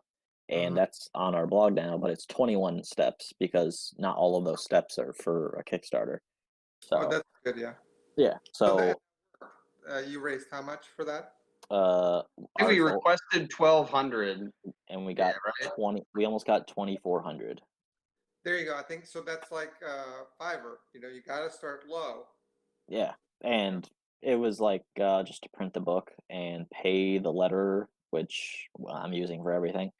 And I think that was basically it. But then I had to pay for the stuff to ship. So like the posters, I had to buy the stuff. So like the posters, our indie store on our website is all drop shipping, which is amazing. Yeah. So under Printify, so I could technically ship a shirt to the person that wants the shirt to their house, but instead I had them all come to me, and then I ship them out. I'll never do that again. Yeah. Same with the comics. So like besides a few, for any other Kickstarter that we'll ever do, I'm not going to have them all shipped to me because right now I'm still worrying about shipping stuff out, and right now of all times, like going to a post office, no bueno. So so I had 100 something comics shipped here, and then I had to sign each one of them. Yeah, it was annoying. And then I had to package them. Then I forgot that I didn't put like a certain comic in there because we give our first issue, and then the variant cover of that, and then our second comic, which is called Ink, which my brother wants a second issue already, and that is my tattoo artist. So it's based off like a guy because some of the characters are based off people in my real life. But he has like magical powers with his tattoos. Yeah. That I think is a better comic than our first issue because that was the first one yeah, edited. Yeah, So, the first one he sent to the artist before anyone edited it, and I originally like just didn't have time to do it, and now I'm basically our editor in chief. yeah. So our second issue for the Seer Chronicles is going to be like it's way better than like the first one, just because like it's edited and it's just like it puts characters where they're supposed to be, and we even have blueprints for like certain houses, and like this guy, these guys the game, are here. Yeah, the game itself actually spawned off the idea that we wanted to have a comic book universe where things were forever congruent, in the sense that like Marvel, when there was an issue, they were just like, oh, it's another universe, see, magic, look, and now everything's back to normal. And that's how they would reset things. But that's mostly when they would make a mistake and they were correcting it. And so what we wanted to do is make sure that there was never a mistake. Like if somebody ran down Elm Street and took a right, there's a business right there. What business is it, right? Every time. Is it the bookstore? Is it a bank, right? And so we basically came up with the idea to take Greg's hometown and then turn it into a city. So we would use the same grid, like the streets, but we would take like chunks of houses and turn them into like skyscrapers. But we would keep like focal points, like maybe some restaurants, and just make them bigger, or like City Hall, things like that. And so we decided to like lay it all out. And then like the more and more we got into it, and the developer he's talking about that we're working with, we realized he was developing it in a game editor anyways. And we're like, oh, you just turn it into a game? Yeah. Yeah. So each 2 issues of the Seer Chronicles, which is our main story that everything is revolved around, that's what the game's going to be based off of. The game is the background story of the whole comic universe.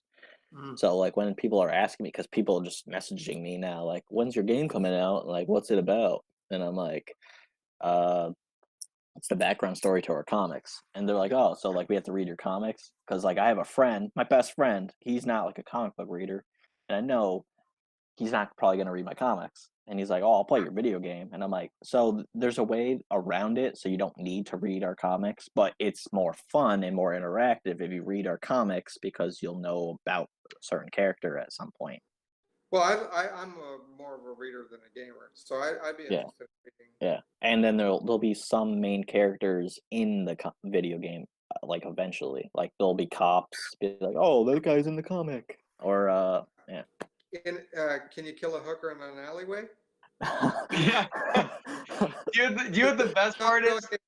The best part is that the game is developed in almost the exact same engine as GTA. Yeah. So like the radio, originally was going to be like how Grand Theft Auto does it. Like they have MP3 files and it just loops. And instead we figured out something else. Instead it doesn't have to loop, and we'll have different stations. And he is going such into detail that he's like, oh, I added like a static sound, so when you turn the radio, it actually does that. Oh, cool. I was like, wow, that it's like, yeah, it's like a little plug-in thing, but I was like, wow, you like thought of everything. So yeah, so there's that. When you don't do your quests and stuff, like the quest for your certain character, because there's different job roles. So people are like, oh, I just have to be a firefighter. And I'm like, well, there's going to be other things besides that. Like one thing. It'll be an app? Eventually we might, but at the moment, just because of how it's being developed, it's going to be a web-based app, so it'll be something that's on the computer. But yeah, it's kind of just intended to be like because one of the things we're also going to do with it is that as we progress writing the comics, we're actually going to alter that world. So like, say for example, one of the buildings blows up in the comic, we're going to blow it up in the world. Yeah.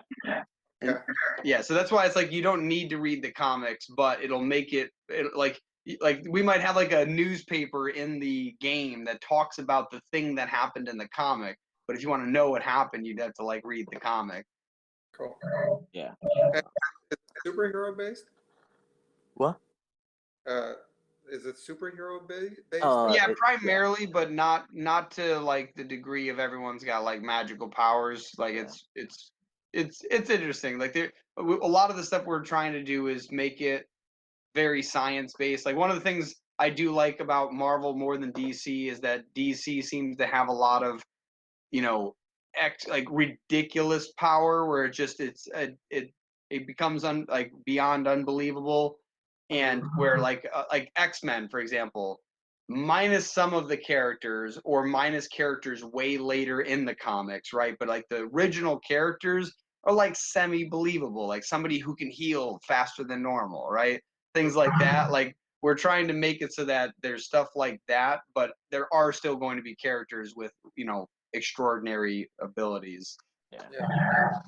So it actually, it does start as like a superhero universe, but there's gonna be other things. Like there's a main character, not gonna name his name, their name, but he's a serial killer, and I'm actually making I'm writing a like one shot comic of just him, and like how he got to that point, like his childhood and like what brought him to become such a crazy person. And I even already know the ending for it. So yeah, I can't wait for that. You guys are both writers? I'm the writer, but he edits my writing, so I guess you can say he's a writer. Who do you work with for art? So we originally had this guy in Brazil. No more. No mas. Because he was cheap and the art wasn't terrible. It was he wasn't following certain guidelines that we have. We're not strict about things, but like now it's a little more strict because like I was like letting anything go. And then he started putting things in like Ed Sheeran's poster, like just a poster. Yeah, like wall. Our guy's walking by a mall and there's like, and I'm looking at that. I'm like, is that Ed Sheeran? And he's like, yeah. I think Greg ends up asking him that. He's like, yeah, isn't that funny? And it's like, no, that's copyright. That's yeah. And all of our universe is based on like the only music that's in it is indie music. So like people I find on Instagram or Facebook or whatever. And so I'm like, yeah, like it's all indie stuff, so you can't have that in there. And he's like, oh. I'm like, I told you this like forever ago. I told you about our game. It's easy for you to edit out, Yeah. So he took that out, and then there's just certain little things like the Camaro logo on the car. Yeah. So he didn't take that out, and he's like, "Oh, I deleted all the files already," and I'm like, "Are you serious?" So deleted them? Like you just like send? Yeah, he's like he sent them, and then like a little like after he compressed them so they weren't the original like layered file, so he couldn't easily edit them. But I have Photoshop, so that's what I did. I went in and edited them. So, and then he put this is a thing we didn't fix, but maybe like in a later version we'll fix it. We're gonna fix the first issue like almost after the whole entire story is finished, like the first story, because there's 3 stories that all mesh together. He put our logo on a bus stop. Yeah, like the logo that is supposed to represent the comic book universe that doesn't exist within itself. He put it on one of the pages on a bus stop. Yeah, and we're like, we didn't notice that till after. Yeah. And then there was there was a character that is. Oh yeah, he drew him different in 3 different panels. Like you couldn't recognize that it was the same person. Yeah. Oh, yeah. And he had glasses on in one panel when he's running out of the building, and Oh, then and he then- doesn't have glasses in the other ones. Yeah, and then he was like missing a tie. We there were so many things wrong with it. We had him fix a bunch of stuff, but the one thing we did miss was the glasses. And I had to go back and manually edit that pixel by pixel, and that took forever. Was this artist named Rob Liefeld? No. No. Because that's the notorious Rob Liefeld move. You know, Yeah. like things disappear, reappear. Yeah. Then there was technically supposed to be another page, but it just wasn't in there. Like he didn't put a small chunk, like a page of my script doesn't exist in the comic. No. Then I edited it out because I was like, well, we have to work around his art now. So that's why we edit before. That's why you should edit before you give it to. Yeah. Well, I was trying to rush and get a comic out. That's I'm not sure what you paid, but usually, like if you sacrifice budget, sometimes you sacrifice a lot of stuff. Like even with my first graphic novel, Big Boss, Gun for Hire, I outsourced to this one guy, and it's like he's good, and the script is great, and I think it's really great to follow. But one thing that he does is like look at this. I don't know if you can see it, but like the girls are like hugely well endowed, you know, like they're just like whores. So it's like that was like it just kind of distracting. Like it's like, you know, look at that. So it's a little much in places, but the script is like, you know, because when you're reading comics, sometimes you're just kind of glossing over the art in some cases, unless it's like really like it pulls you in. But yeah, and I had to do like some redraws and some editing myself, but that was that's a result of the sacrifice you have to make when you outsource to, you know, for budget reasons. So there's but to Western artists, like for example, I've taken projects for less pay, and then I write about that too, and It's a Living, where, you know, clients, like, you know, they know that like they're paying less, but I take my sweet time, you know, because I have to then like take on project that I could do quick to pay overhead, and then you know, it's on my list, and then, you know, I get to do it. And I really, in some cases, I really knock it out of actually most cases really now, like the further I go into my career, like the more I really put, because it's my name out there, you know, so I really put a lot into it, and it's worth it because one, I speak the language, and I know what like the artists are trying to derive from even sometimes a very basic script, you know, because I work for a lot of indie guys that sometimes they're not writers, you know. One that I'm thinking of is a blogger. One that I'm like now working on, it's called Camouflage, and he's a very nice client from Canada, but he's not necessarily like a writer, you know.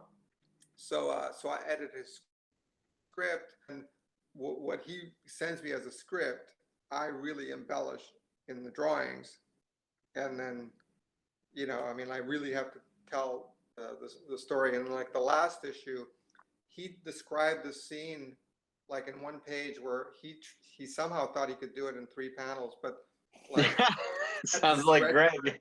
Yeah, but I like, so you could follow it as a reader. I had to stretch it into like, I forget, like 7 panels at least, you know, and then you really had to direct and break down the sequence, you know, like characters arrive, they encounter like an obstacle, they interact with the obstacle, and then they go to the next destination. Yeah, I would say that's probably the one hard thing for comic creators and storyboarders. Like, because storyboarding, you can simplify a panel and explain a lot that's going on because the action isn't necessary, because the storyboard's intention is to become film, right? Where you know there'll be more to it. But with a comic book, that's the whole medium. So if you can't so Greg had a scene that he's put in one panel where the same guy was standing up, got knocked down, and got back up, and other stuff was happening. And I'm like, like, how are you gonna show this?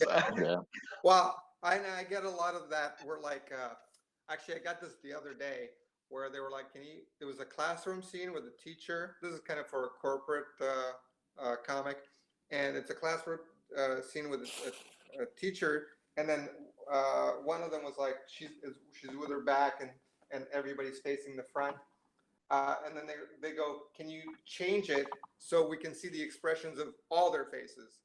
I was like, how am I going to do that? You know, because if she's at the front, well, how, you know, they're both facing each other, you know? So I think what I came up with, I had her up at the chalkboard like this. So you have to imagine the chalkboard, and then over her shoulder, her students are, you know?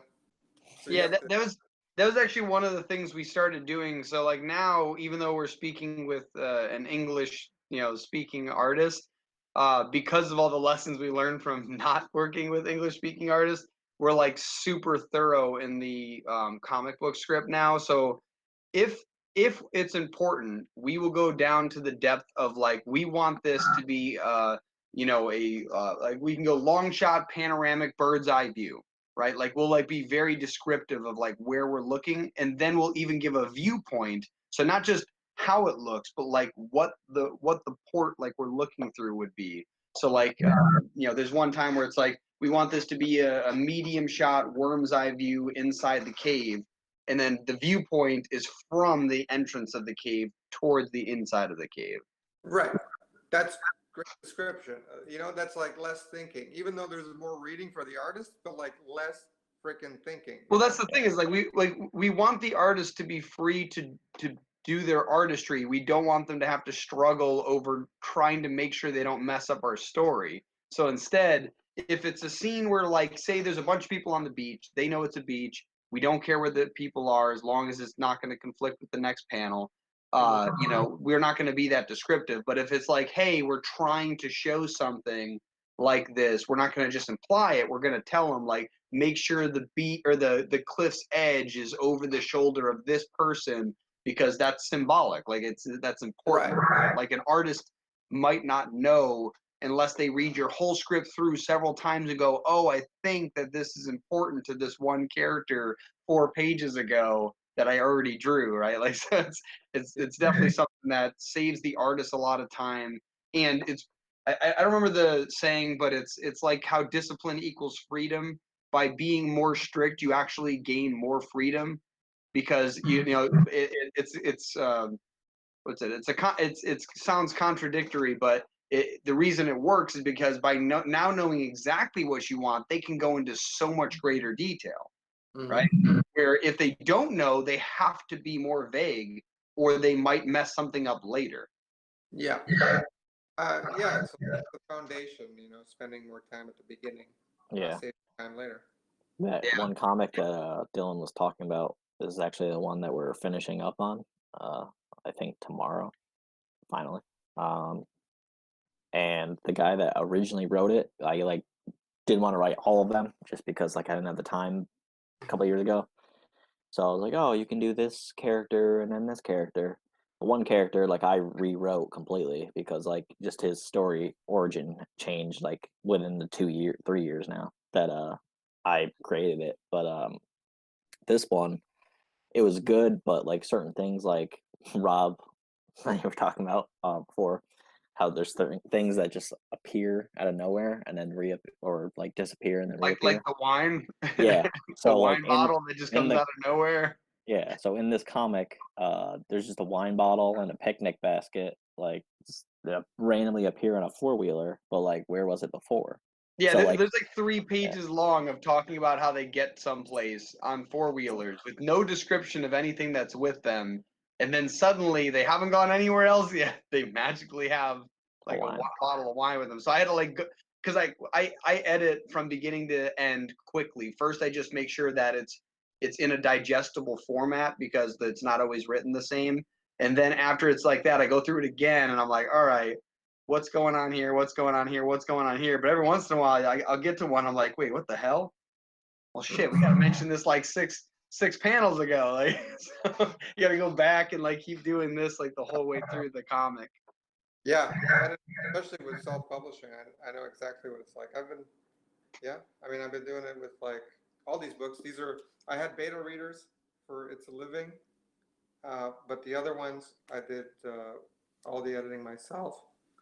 Big Boss Comic, it was like totally all by myself. I wanted to do a project like one-man operation, indie. It was done on Instagram, and then I reformatted it. You saw, I think you saw like the layout, because it's all like laid out awesome. in like larger panels for effect. I think it reads really well. But I've been doing that like since I was 18. I mean, that was my first indie comic. I was still in high school. And then I remember printing it.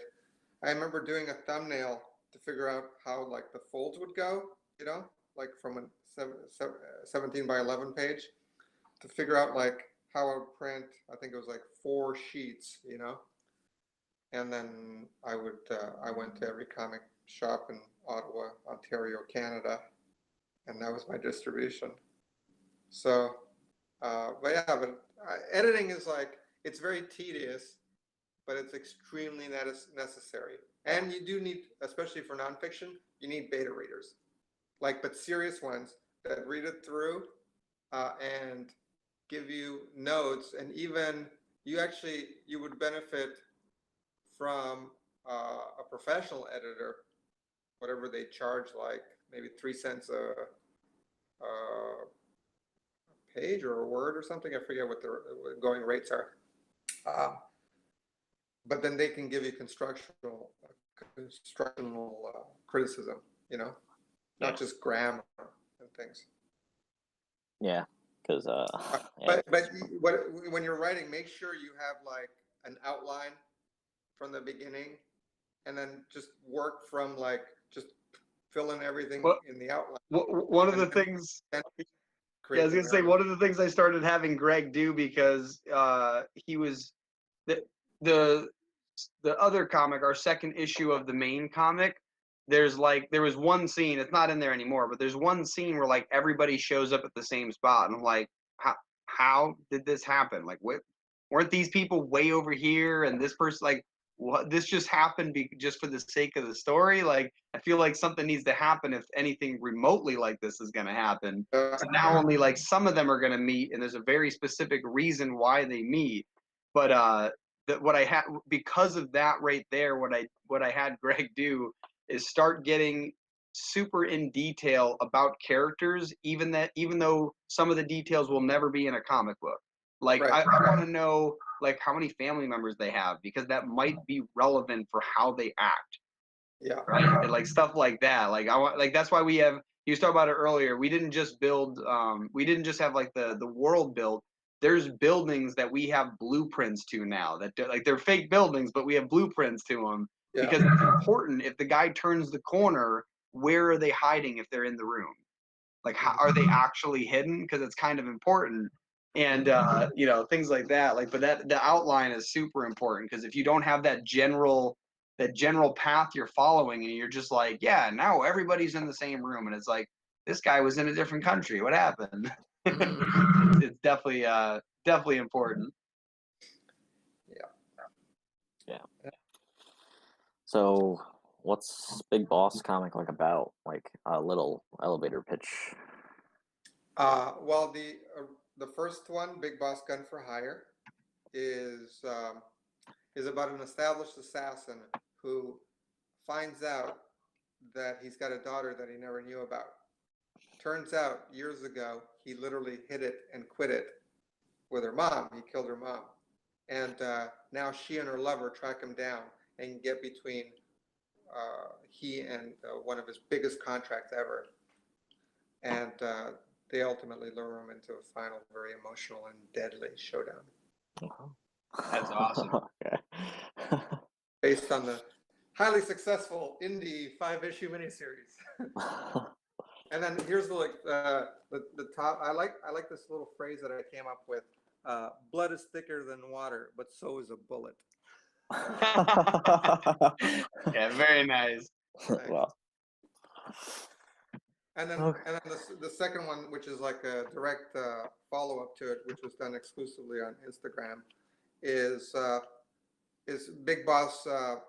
He barely survives that first incident, and he takes on a new a client that's a cult leader who's being chased by a cyborg. So he's more like a bodyguard in this, and meanwhile he's still being chased by his angry daughter. So he's just trying to survive, and then there's like a backup love story kind of behind that, and there's all new characters and lots of action.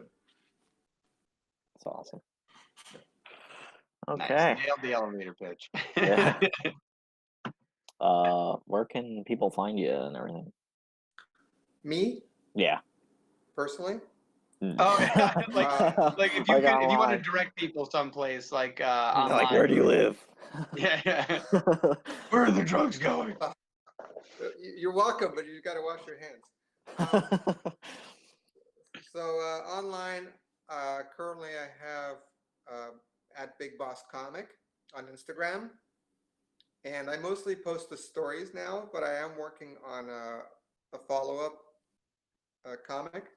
So at Big Boss Comic, and Facebook, you can just search for me on Facebook. It's just my last name, Aluas. So I'm there and I'm active on Facebook, but now it's like I'm less active, so I mostly post on stories. Because I'm just kind of like researching and building up to new projects.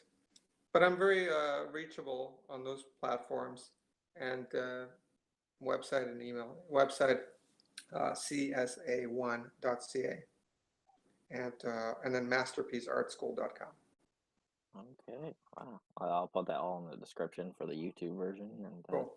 Yeah, and let's do something that I could, send off some signed copies. You guys send me your addresses. Yeah. You'll get copies, and then I'll give you a count of what I have now, and then we'll run a whatever you want to run, like a sweepstakes or whatever. Yeah.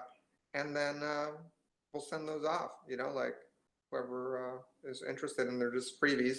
And then we'll see if we could offer just to your readers somewhere with a link that like not everybody can access, so it doesn't like go viral, and then nobody that doesn't know me can get like a free copy. But like your readers are totally welcome, especially because you're developing an educational platform, Mm-hmm.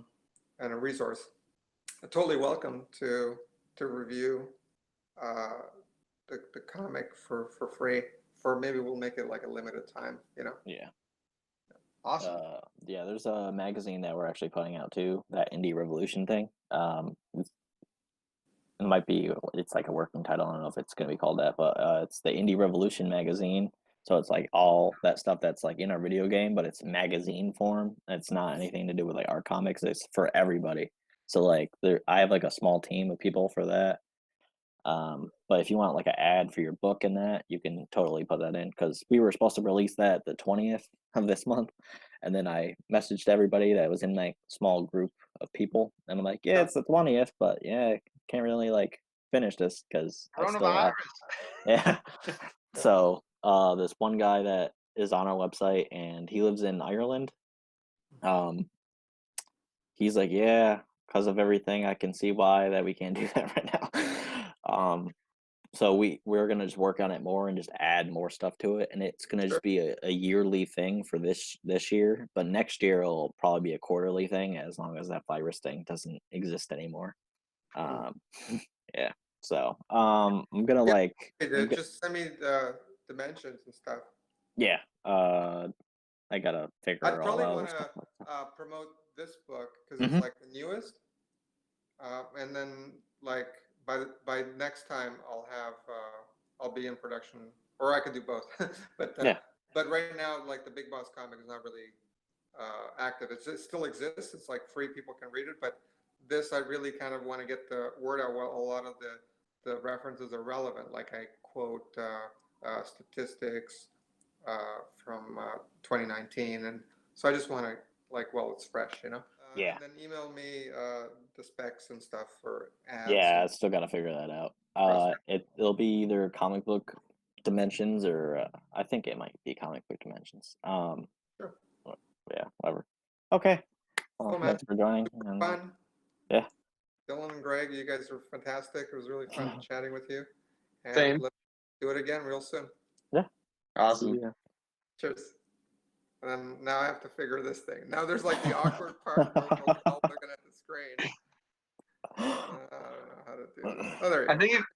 Yeah, you got it? I think so. Okay, have a good one.